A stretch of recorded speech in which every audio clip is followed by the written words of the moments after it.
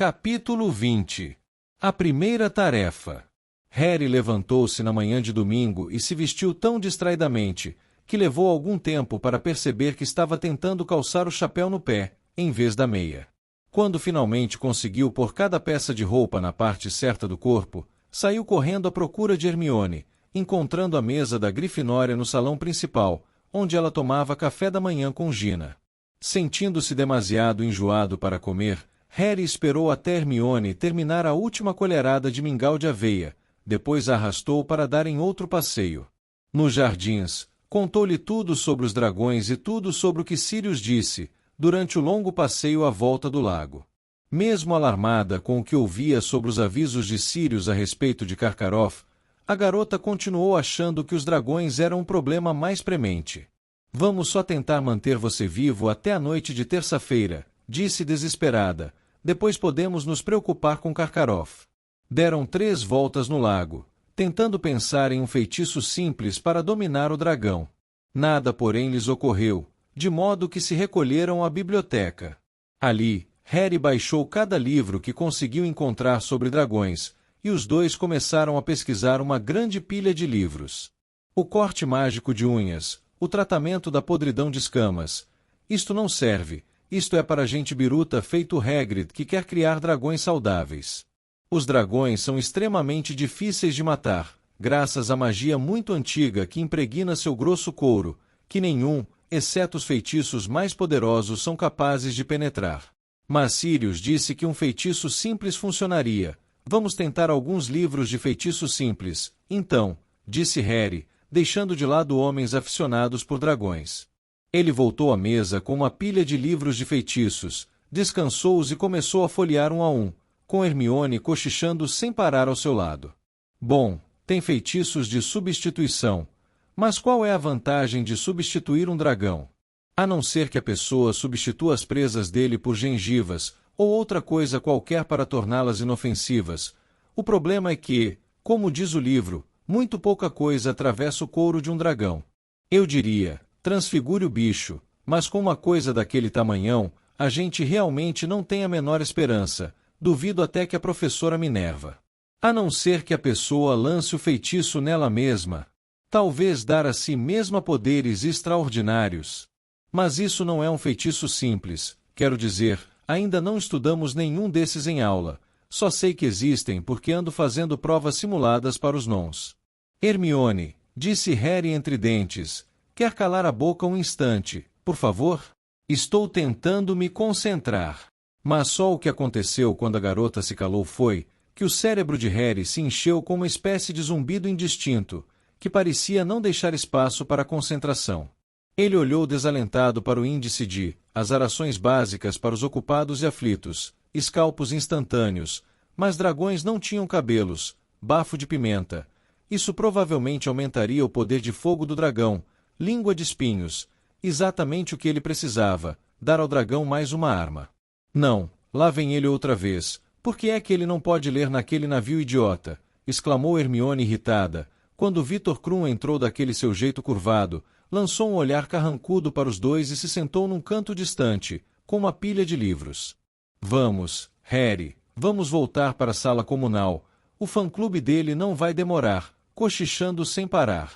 E não deu outra. Quando iam saindo da biblioteca, um grupo de garotas passou por eles nas pontas dos pés, uma delas usando um lenço da Bulgária amarrado à cintura. Harry mal chegou a dormir aquela noite. Quando acordou na manhã de segunda-feira, ele pensou seriamente, pela primeira vez na vida, em fugir de Hogwarts. Mas quando correu o olhar pelo salão principal, na hora do café da manhã, e pensou no que significava abandonar o castelo, compreendeu que não poderia fazer isso. Era o único lugar em que foi feliz. Bem, ele supunha que devia ter sido feliz em companhia dos pais, também, mas não seria capaz de lembrar. Por alguma razão, a consciência de que preferia estar ali e ter de encarar um dragão a voltar à Rua dos Alfeneiros com Duda, foi uma coisa boa, e fez com que se sentisse ligeiramente mais calmo. Terminou de comer o bacon com esforço. A garganta não estava funcionando muito bem, e quando se levantou com Hermione, ele viu Cedrico Diggory deixando a mesa da Lufa-Lufa. Cedrico ainda não sabia dos dragões. O único campeão que não sabia, se Harry estivesse certo em pensar que Maxime e Karkaroff teriam informado a Fleur e Krum. Mione, vejo você nas estufas, disse ele, tomando uma decisão ao ver Cedrico saindo do salão. Vai andando, eu alcanço você. Harry, você vai se atrasar, a sineta já vai tocar. Eu alcanço você, ok?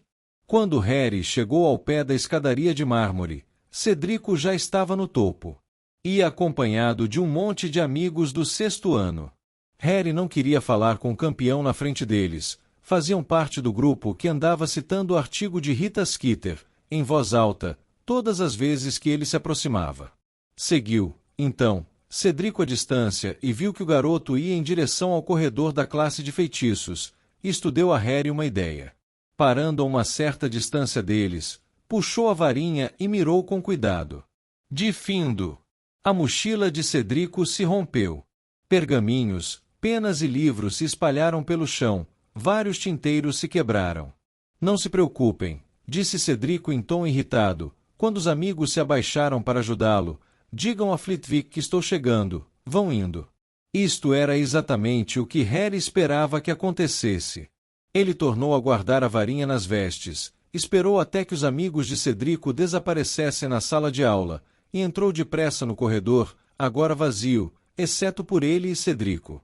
Oi, disse Cedrico, apanhando um exemplar de Um Guia de Transformação Avançada, manchado de tinta.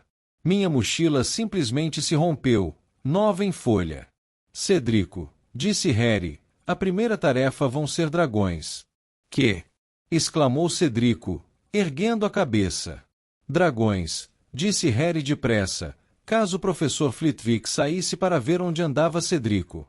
São 4, um para cada um de nós, e vamos ter que passar por eles. Cedrico arregalou os olhos. Harry viu um pouco do pânico que andava sentindo desde o sábado à noite, passar pelos olhos cinzentos do colega. Tem certeza? Perguntou numa voz abafada. Absoluta, eu vi. Mas como foi que você descobriu? Não devíamos saber. Não importa, disse Harry depressa. Sabia que Hagrid estaria em apuros se ele dissesse a verdade.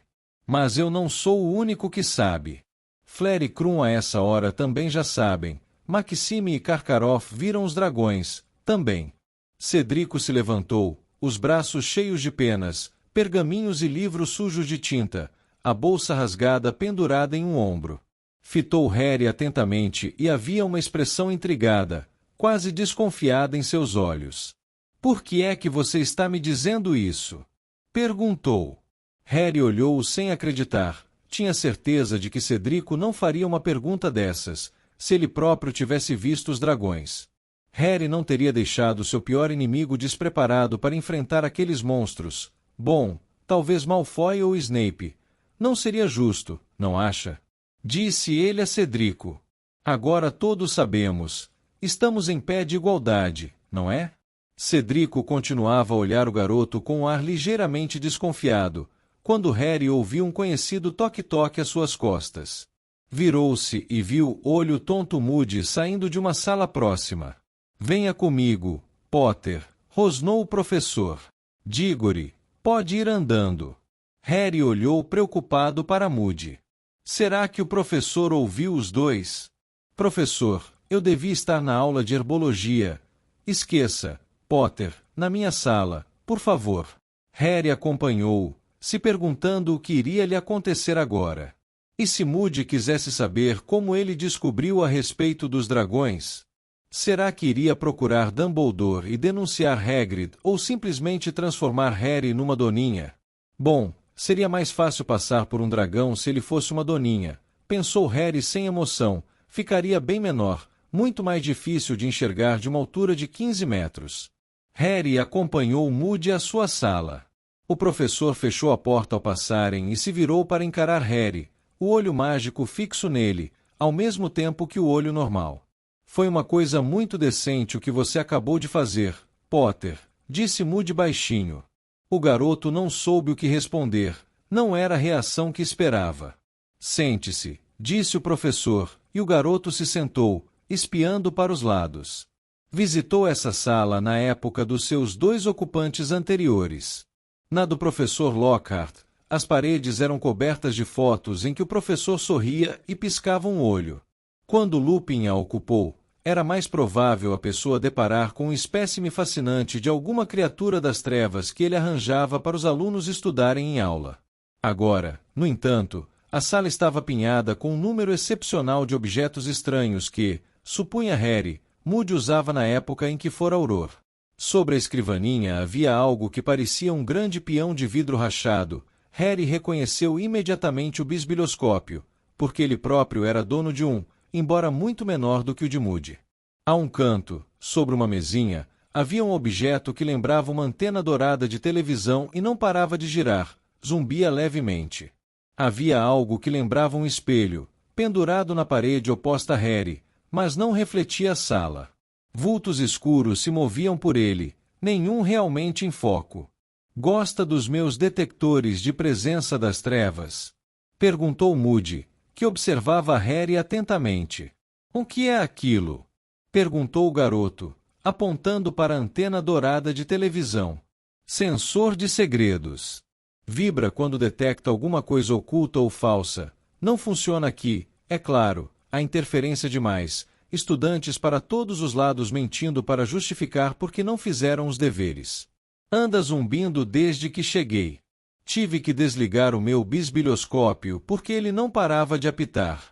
É extrasensível, capta qualquer coisa num raio de 1,5 km.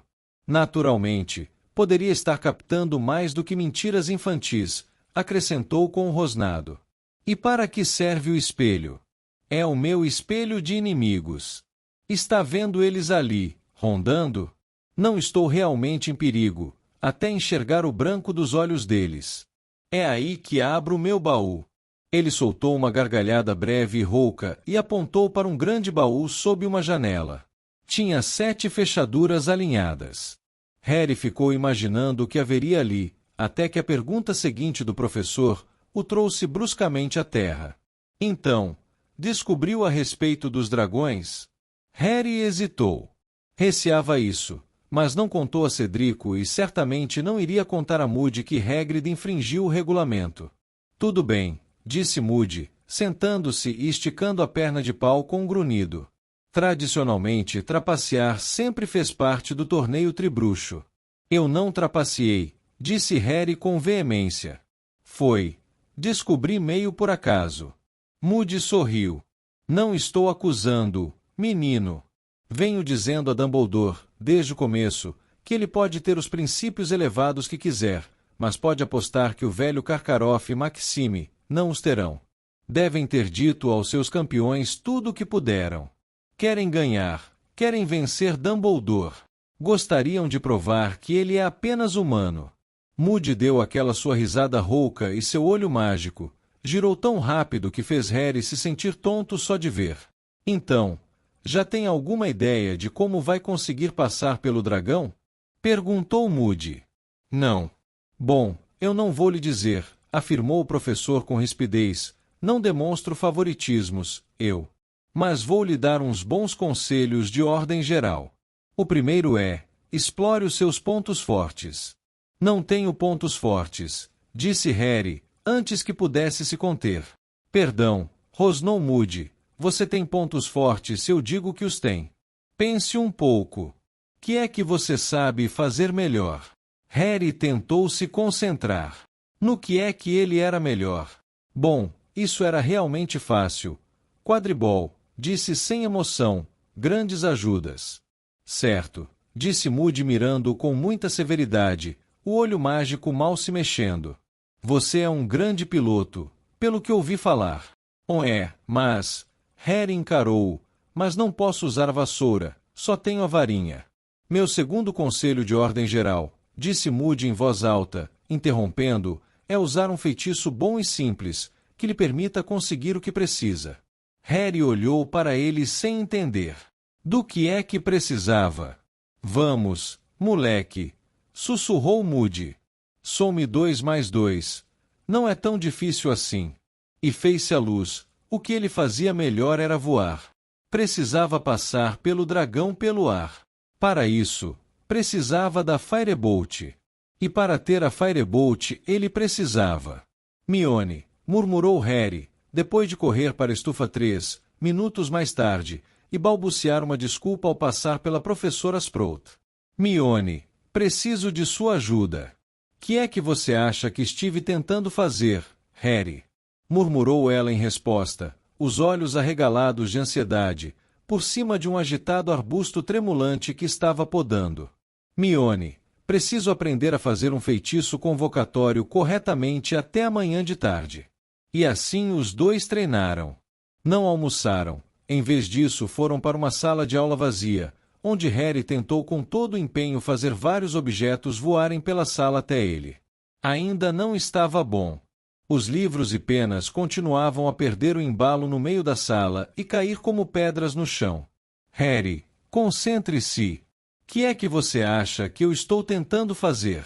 Perguntou Harry zangado. Uma porcaria de um dragãozão não para de aparecer na minha cabeça. Sei lá o porquê. Ok, Hermione, tenta outra vez. Ele queria faltar à aula de adivinhação, para continuar treinando, mas Hermione se recusou categoricamente a matar a aula de aritmancia, e não adiantava ficar lá sem ela. Portanto, Harry teve que aturar mais de uma hora a professora Sibylla Trelawney, que passou metade desse tempo, dizendo a todos que a posição de Marte com relação a Saturno, naquele momento, significava que as pessoas nascidas em julho corriam um grande perigo de sofrer uma morte súbita e violenta. Que bom, disse Harry em voz alta, a raiva levando a melhor, desde que não seja demorada, porque não quero sofrer. Por um momento pareceu que Rony ia rir, sem dúvida seu olhar encontrou de Harry, pela primeira vez em dias, mas este continuava muito magoado com o amigo para se importar. Harry passou o resto da aula tentando atrair, com a varinha, pequenos objetos para si, por baixo da mesa. Conseguiu fazer uma mosca disparar direto para sua mão, embora não tivesse total certeza de que aquilo resultasse de sua perícia com os feitiços convocatórios. Talvez a mosca fosse apenas burra. Ele forçou um pouco de jantar para dentro depois da aula de adivinhação, e em seguida voltou à sala vazia com Hermione, usando a capa da invisibilidade para evitar os professores. Os dois continuaram a treinar até depois da meia-noite. Teriam demorado mais, mas Pirraça apareceu, e fingindo achar que Harry queria que lhe atirassem coisas, começou a arremessar cadeiras pela sala. Os dois garotos tiveram que sair depressa, antes que o barulho atraísse Filch, e voltaram à sala comunal da Grifinória, que àquela hora felizmente estava vazia. Às 2 da manhã, Harry estava ao pé da lareira, cercado por uma montanha de objetos, livros, penas, várias cadeiras viradas, um velho jogo de bexigas e o sapo de neve, Trevo. Somente na última hora, ele realmente pegou o jeito dos feitiços convocatórios. Está melhor, Harry, está muito melhor, disse Hermione, parecendo exausta, porém muito satisfeita. Bom, agora sabemos o que fazer na próxima vez que não conseguirmos lançar um feitiço, disse Harry, atirando um dicionário de runas para Hermione, para que pudesse tentar mais uma vez, me ameace com um dragão. Certo. Ele ergueu a varinha novamente. Axio Dicionário. O pesado livro voou da mão de Hermione, atravessou a sala e Harry o aparou. Harry, sinceramente acho que você pegou o jeito, exclamou a garota, encantada. Desde que funcione amanhã, disse Harry. A Firebolt vai estar muito mais longe do que essas coisas aqui, vai estar no castelo e eu vou estar lá fora nos jardins. Não faz diferença, disse Hermione com firmeza. Desde que você se concentre para valer, realmente para valer, ela chega lá. Harry, é melhor dormirmos um pouco, você vai precisar estar descansado. Harry se concentrou com tanto empenho para aprender os feitiços convocatórios aquela noite, que parte do seu pânico irracional o deixou. Voltou, contudo, com força total, na manhã seguinte. A atmosfera na escola era de grande tensão e empolgação. As aulas iam ser interrompidas ao meio-dia, dando a todos os estudantes tempo para descer até o cercado dos dragões, embora, é claro, eles ainda não soubessem o que encontrariam lá. Harry se sentiu estranhamente isolado de todos à sua volta, tanto dos que lhe desejavam boa sorte quanto dos que o vaiavam. Vamos levar uma caixa de lenços de papel, Potter, diziam ao passar. Era um nervosismo tão intenso que ele ficou imaginando se poderia perder a cabeça quando tentassem conduzi-lo ao dragão, e ele começasse a xingar todo mundo que estivesse à vista. O tempo estava mais esquisito que nunca, transcorria em grandes lapsos, de modo que no momento, Harry estava sentado assistindo à primeira aula, História da Magia, e, no momento seguinte, saindo para almoçar. Depois, aonde foi amanhã? As últimas horas sem dragão. A professora Minerva corria para ele no salão principal. Um montão de gente estava olhando. Potter, os campeões têm que descer para os jardins agora. Você tem que se preparar para a primeira tarefa. Ok, disse Harry, se levantando e deixando cair o garfo no prato, com estrépito. Boa sorte, sussurrou Hermione. Você vai se sair bem. Ah, vou, exclamou Harry, com uma voz que nem parecia dele. O garoto deixou o salão principal com a professora Minerva, que também não parecia a pessoa de sempre, de fato, parecia quase tão ansiosa quanto Hermione. Ao conduzi-lo pelos degraus de pedra para a fria tarde de novembro, ela pôs a mão no ombro do garoto. Agora, não entre em pânico, disse ela. Mantenha a cabeça fria. Temos bruxos à mão para resolver a situação se ela se descontrolar. O principal é você fazer o melhor que puder, e ninguém vai passar a pensar mal de você por isso. Você está bem? Estou. Harry ouviu-se dizendo. Estou ótimo. Ela o conduzia ao lugar onde estavam os dragões, margeando a floresta, mas quando se aproximaram do arvoredo por trás do qual o cercado estaria claramente visível, Harry viu que haviam armado uma barraca, com a entrada voltada para quem chegava, que impedia a visão dos dragões. Você deve entrar aí com os outros campeões, disse a professora McGonagall, com a voz um tanto trêmula, e esperar a sua vez, Potter. O Sr. Bagman está aí dentro. Ele lhe dirá como proceder. Boa sorte. Obrigado, disse Harry, numa voz distante e sem emoção. A professora o deixou à entrada da barraca. Ele entrou. Fleur Delacour estava sentada a um canto, em um banquinho baixo de madeira. Não parecia nem de longe a garota habitualmente composta, parecia um tanto pálida e suada. Victor Krum parecia ainda mais carrancudo do que de hábito, o que fez Harry supor que aquela era sua maneira de demonstrar nervosismo. Cedrico andava para lá e para cá. Quando Harry entrou, ele deu ao garoto um breve sorriso, que Harry retribuiu, sentindo os músculos do rosto fazerem muita força como se não soubessem mais sorrir. Harry, que bom! Exclamou Bagman alegremente, virando-se para olhá-lo. Entre, fique à vontade. Bagman, por alguma razão, parecia um personagem de quadrinhos grande demais, parado ali entre os campeões pálidos, trajava as antigas vestes do VASP. Bom, agora estamos todos aqui, hora de dar a vocês informações mais detalhadas. Disse ele animado. Quando os espectadores acabarem de chegar, vou oferecer a cada um de vocês este saco. Ele mostrou um saquinho de seda púrpura, e sacudiu-o diante dos garotos. Do qual vocês irão tirar uma miniatura da coisa que terão de enfrentar. São diferentes, as variedades, entendem. E preciso dizer mais uma coisa. Ah, sim, sua tarefa será apanhar o ovo de ouro. Harry olhou à sua volta. Cedrico acenou a cabeça para indicar que compreendeu as palavras de Bagman, e então recomeçou a andar pela barraca, parecia ligeiramente esverdeado. Fleur Delacour e Krum não tiveram a menor reação. Talvez achassem que iriam vomitar se abrissem a boca. Sem dúvida essa era a sensação do próprio Harry. Mas pelo menos os outros tinham se voluntariado para ser campeões. E pouco depois, ouviram-se centenas e mais centenas de pés passando pela barraca, seus donos empolgados, dando risadas e fazendo piadas.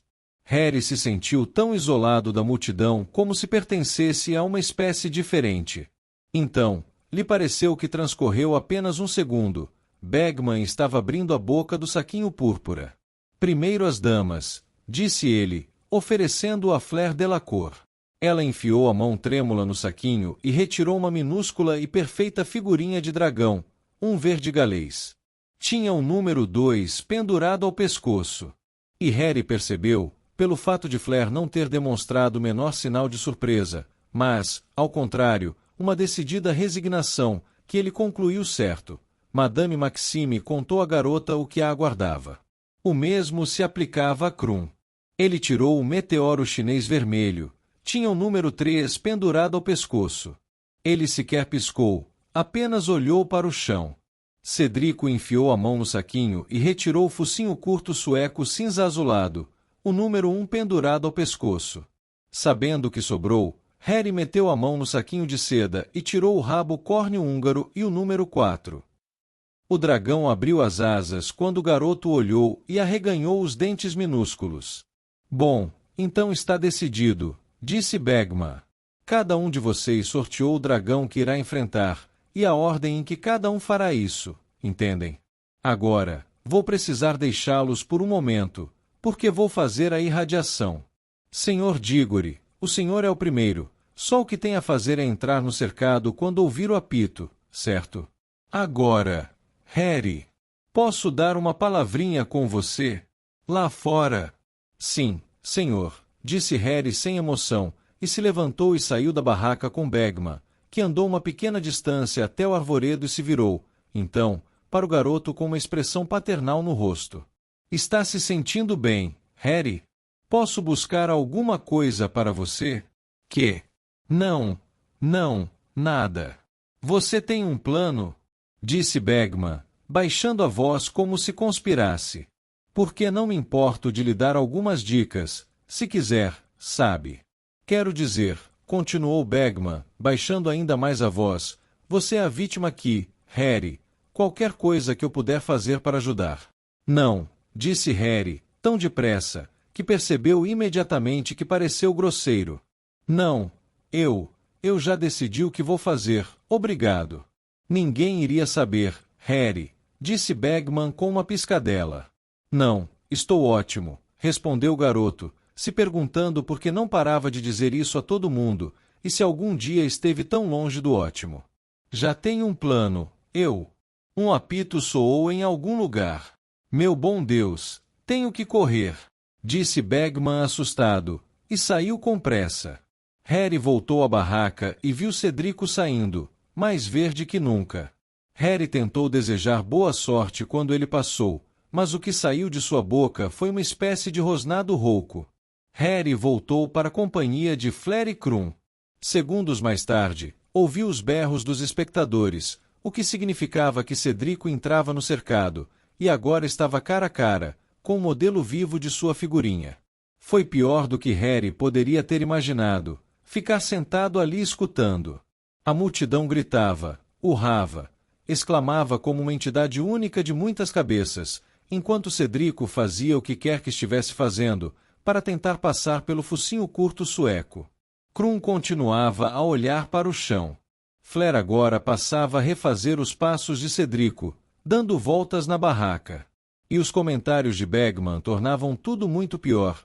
Imagens horrendas se formaram na mente de Harry, quando ele ouviu, por um triz, por muito pouco. Ele está se arriscando, o campeão. Boa tentativa, pena que não deu resultado. Então, uns 15 minutos depois, Harry ouviu um urro ensurdecedor, que só poderia significar uma coisa. Cedrico conseguiu passar pelo dragão e se apoderou do ovo de ouro. Realmente muito bom, gritou Bagman. E agora as notas dos juízes. Mas ele não irradiou as notas. Harry supôs que os juízes estivessem erguendo as notas no alto para mostrá-las à multidão. 1 a menos, faltam 3.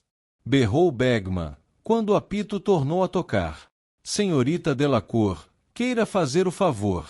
Fleur tremia da cabeça aos pés. Harry sentiu mais simpatia por ela, do que sentiu até então, quando a viu deixando a barraca com a cabeça erguida e a mão apertando a varinha. Ele e Krum ficaram a sós, em lados opostos da barraca, evitando se olhar. Recomeçou o mesmo processo. Não tenho muita certeza se isto foi sensato. Os dois ouviam Bagman dizer animadamente. Quase. Cuidado agora. Meu bom Deus, pensei que já tinha apanhado. 10 minutos depois, Harry ouviu a multidão prorromper em aplausos mais uma vez. Fleur devia ter sido bem-sucedida também. Uma pausa, enquanto os juízes mostravam as notas de Fleur. Mais palmas. Então, pela terceira vez, o apito. E aí vem o Sr. Krum! Exclamou Bagman, e o garoto saiu curvado, deixando Harry completamente só. Sentia-se muito mais consciente do seu corpo do que normalmente, consciente de que seu coração batia acelerado e seus dedos formigavam de medo. Mas, ao mesmo tempo, ele parecia estar fora do próprio corpo, vendo as paredes da barraca e ouvindo a multidão, como se estivesse muito longe. Muito ousado, berrava Bagman, e Harry ouviu o meteoro chinês soltar um poderoso e terrível urro, enquanto a multidão prendia a respiração em uníssono. Que sangue frio ele está demonstrando! E, sim, senhores, ele apanhou o ovo. Os aplausos romperam o ar invernal como se espatifassem uma vidraça. Krum terminou. Seria a vez de Harry a qualquer momento. Harry se levantou, reparando vagamente que suas pernas pareciam feitas de marshmallow.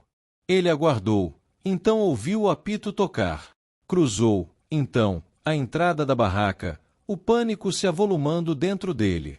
E agora, estava passando pelas árvores e atravessando uma abertura na cerca. O garoto via tudo diante de si como em um sonho berrantemente colorido. Havia centenas e mais centenas de rostos nas arquibancadas que o olhavam, que tinham se materializado desde a última vez que ele esteve naquele lugar. E havia o rabo-córneo, do outro lado do cercado. Deitado sobre sua ninhada de ovos, as asas meio fechadas, os olhos amarelos e malignos fixos nele, um lagarto negro, monstruoso e coberto de escamas, sacudindo com força o rabo de chifres, que deixava marcas de 1 metro de comprimento escavadas no chão duro. A multidão fazia uma barulheira infernal, mas se era simpática ou não a ele, Harry não sabia nem se importava. Era hora de fazer o que tinha de fazer, focalizar a mente, inteira e absolutamente, na coisa que era sua única chance. Ele ergueu a varinha. Axil Firebolt! Gritou. Então, esperou, cada fibra de seu corpo desejando, pedindo, se não funcionasse, se não estivesse a caminho. Ele parecia contemplar as coisas à sua volta, através de uma barreira transparente e luminosa, como uma névoa de vapor quente, que fazia centenas de rostos que o rodeavam flutuar estranhamente. Então ele a ouviu, cortando o ar às suas costas. Ele se virou e viu a Firebolt disparando em sua direção. Começando a sobrevoar a floresta, chegando ao cercado e estacando imóvel no ar, aguardando que ele a montasse.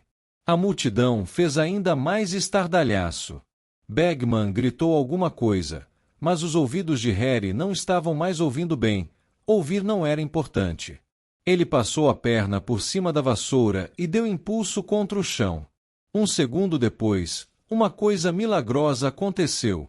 À medida que ele ganhava altura, à medida que o vento passava rumorejando entre seus cabelos, à medida que os rostos da multidão se transformavam em meros pontinhos cor de carne lá embaixo, e o rabo-córneo se reduzia ao tamanho de um cão, ele percebeu que deixou atrás de si, não somente o chão, mas também o medo. Ele estava de volta ao lugar a que pertencia. Era apenas mais uma partida de quadribol, nada mais. Apenas mais uma partida de quadribol, e aquele dragão era apenas mais um time adversário indigesto. Ele olhou para a ninhada de ovos, e localizou o ovo de ouro brilhando entre os demais cor de cimento, agrupados em segurança entre as pernas dianteiras do bicho. Ok, Harry disse a si mesmo, uma tática diversiva, vamos. E mergulhou. A cabeça do rabo-córneo o acompanhou, o garoto sabia o que ia fazer, e se recuperou do mergulho bem na hora. Um jorro de fogo foi cuspido, exatamente no ponto em que ele estaria se não tivesse se desviado. Mas Harry não se importou. Aquilo era o mesmo que se desviar de um balaço. Nossa, como ele sabe voar! Berrou Bagman, enquanto a multidão gritava e exclamava. O senhor está assistindo a isso, Sr. Krum? Harry voou mais alto descrevendo um círculo. O rabo-córneo continuava acompanhando o progresso do garoto. Sua cabeça girava sobre o longo pescoço. Se continuasse a fazer isso, ia ficar bem enjoadinho, mas era melhor não insistir muito, ou o bicho iria recomeçar a cuspir fogo. Harry se deixou afundar rapidamente, na hora em que o dragão abriu a boca, mas desta vez teve menos sorte. Ele escapou das chamas, mas o bicho chicoteou o rabo para o alto ao seu encontro, e quando ele virou para a esquerda, um dos longos chifres arranhou seu ombro, rasgando suas vestes. Harry sentiu o ombro arder, ouviu os gritos e gemidos da multidão, mas o corte não parecia ser muito fundo. Agora, ao passar veloz pelas costas do rabocórnio, ocorreu-lhe uma possibilidade. O dragão não parecia estar querendo voar, estava demasiado preocupado em proteger os ovos. Embora se contorcesse, e abrisse e fechasse as asas sem tirar aqueles medonhos olhos amarelos de Harry, tinha medo de se afastar demais de sua ninhada. Mas o garoto precisava persuadi-lo a fazer isso, ou jamais chegaria perto deles. O truque era fazer isso cautelosamente, gradualmente. Harry começou a voar, primeiro para um lado, depois para o outro, suficientemente longe, para o bafo do bicho não o perfurar, mas, ainda assim, oferecendo uma ameaça suficientemente forte para o dragão não tirar os olhos dele. A cabeça do bicho virava para um lado e para o outro, vigiando o garoto com aquelas pupilas verticais, as presas à mostra. Harry voou mais alto, a cabeça do rabocórnio se ergueu com ele, o pescoço agora esticava-se ao máximo, ainda se movendo, como uma serpente diante do seu encantador. O garoto subiu mais alguns palmos, e o bicho soltou um rugido de exasperação. Harry era uma mosca para ele, uma mosca que o bicho gostaria de amassar. Seu rabo tornou a chicotear, mas Harry estava demasiado alto para que pudesse alcançá-lo.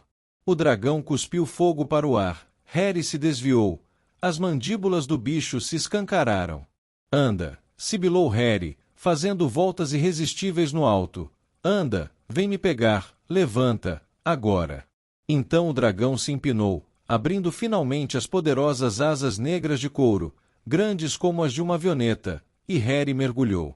Antes que o dragão percebesse o que ele fez, ou onde desapareceu, o garoto estava voando a toda velocidade para o chão, em direção aos ovos, agora sem a proteção das patas com garras do dragão.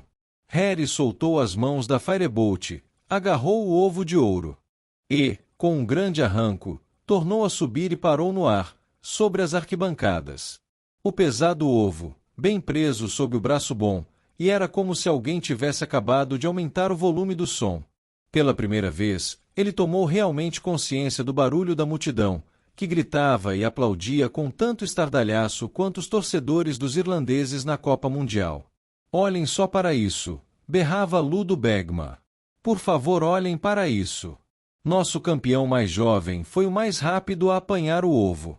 Bom, isto vai diminuir a desvantagem do Sr. Potter. Harry viu os guardadores de dragões se adiantarem correndo para dominar o bicho. E lá na entrada do cercado, a professora McGonagall, o professor Moody e Hagrid, corriam ao seu encontro, todos acenando para que fosse ter com eles, seus sorrisos visíveis mesmo àquela distância.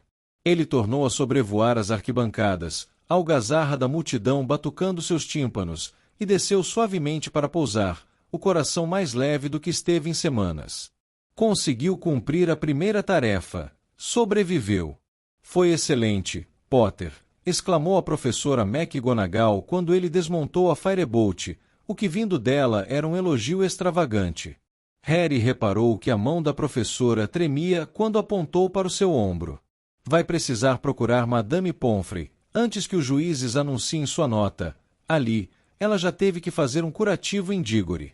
Você conseguiu, Harry, exclamou Hagrid rouco. Você conseguiu!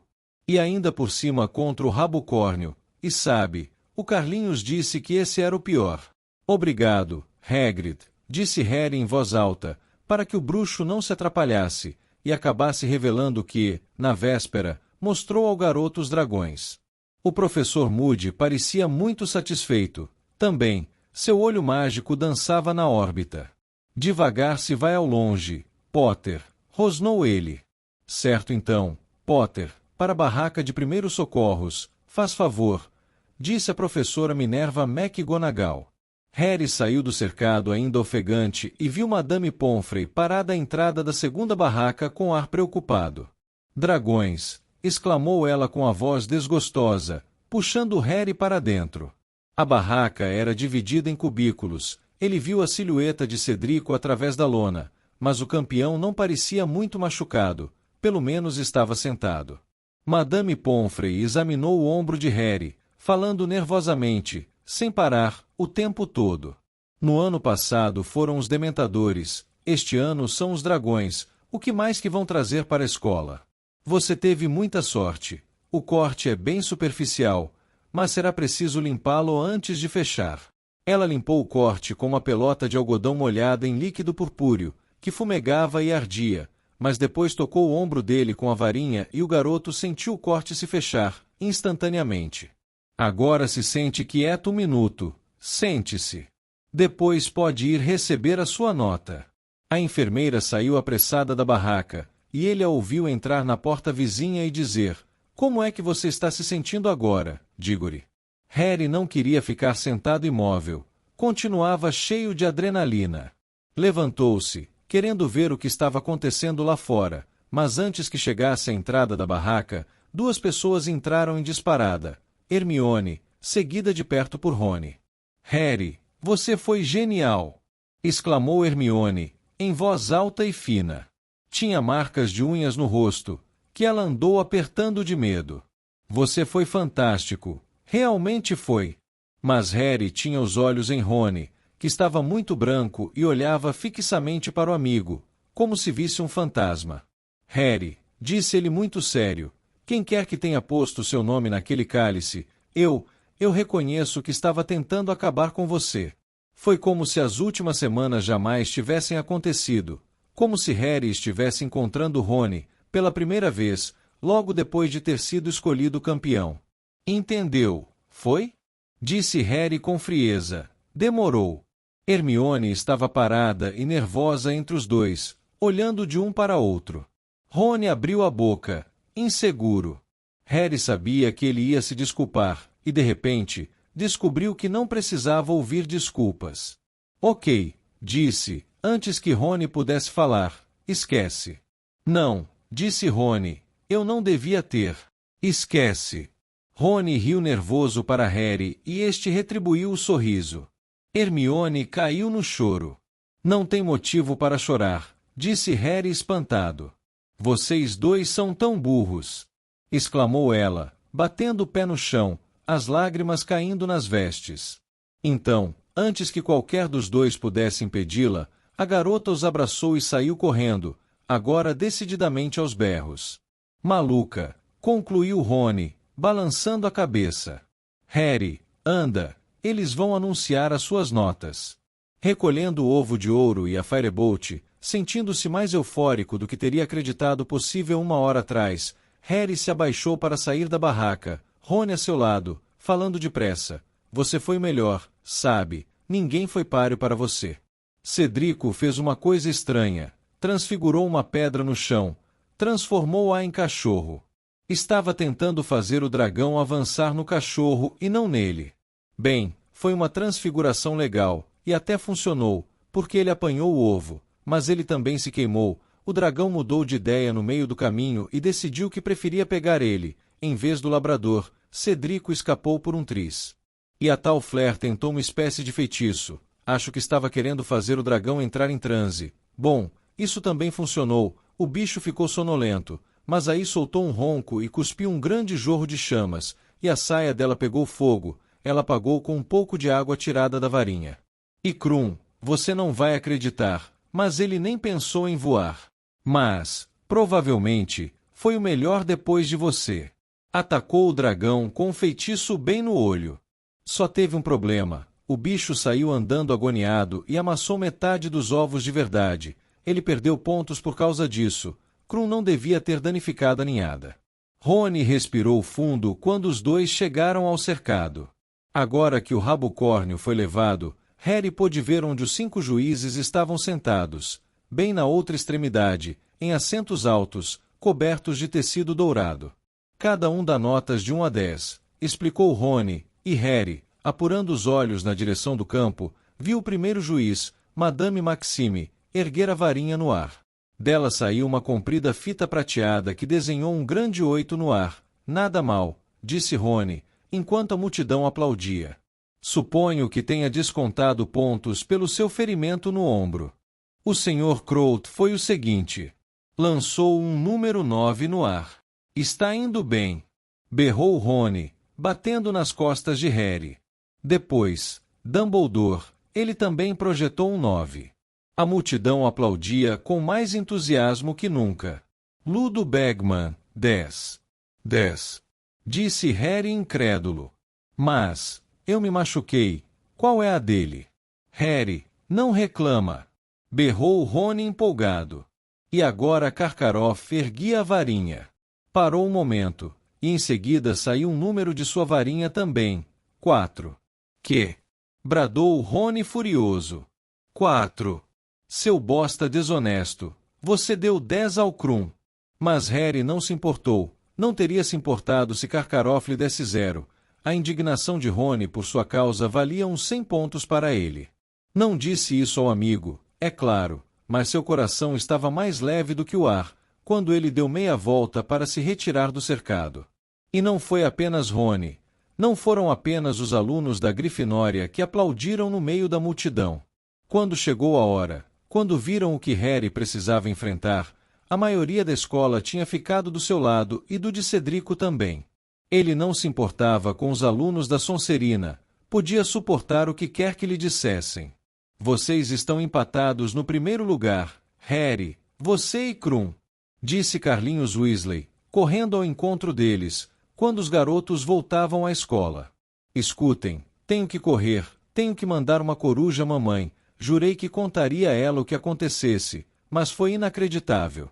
Ah, foi, e me mandaram lhe avisar que você precisa ficar por aqui mais uns minutinhos. Bagman quer falar com você na barraca dos campeões. Rony disse que esperaria, de modo que Harry tornou a entrar na barraca, que, de algum modo parecia diferente agora, simpática e hospitaleira. Ele lembrou a sensação que teve no momento que procurava fugir do rabocórnio, e comparou a longa espera antes de sair para enfrentá-lo. Não havia comparação, a espera foi imensuravelmente pior. Flair, Cedrico e Krum entraram juntos. Um lado da cabeça de Cedrico estava coberto com uma grossa pasta laranja, que presumivelmente estava curando sua queimadura. Ele sorriu para Harry ao vê-lo. Foi legal, Harry. Você também, disse o garoto retribuindo o sorriso. Muito bons, todos vocês, disse Ludo Bagman, entrando lépido na barraca e parecendo satisfeito, como se ele próprio tivesse iludido a guarda de um dragão. Agora, só umas palavrinhas. Vocês têm um bom intervalo até a segunda tarefa, que terá lugar às 9h30 da manhã, de 24 de fevereiro. Mas vamos lhes dar alguma coisa em que pensar durante esse tempo. Se examinarem os ovos de ouro que estão segurando, verão que eles se abrem. Estão vendo as dobradiças? Vocês precisam decifrar a pista que está dentro do ovo, porque ela dirá qual vai ser a segunda tarefa e permitirá que se preparem. Ficou claro? Tem certeza? Podem ir, então. Harry deixou a barraca, tornou a se juntar a Rony e os dois recomeçaram a andar costeando a floresta, conversando animados. Harry queria saber com maiores detalhes o que os outros campeões tinham feito. Depois, quando contornavam o arvoredo, atrás do qual Harry ouviu os dragões rugirem pela primeira vez, uma bruxa saltou do meio das árvores. Era Rita Skeeter. Usava hoje vestes verde ácido, a pena de repetição rápida na mão se mesclava perfeitamente com as vestes. Parabéns, Harry, disse ela, rindo radiante para o garoto. Será que você pode me dar uma palavrinha? Como foi que você se sentiu enfrentando aquele dragão? Como é que você se sente agora quanto à lisura das notas? Posso dar uma palavrinha, sim, disse Harry com selvageria. Tchau. E saiu com Rony em direção ao castelo.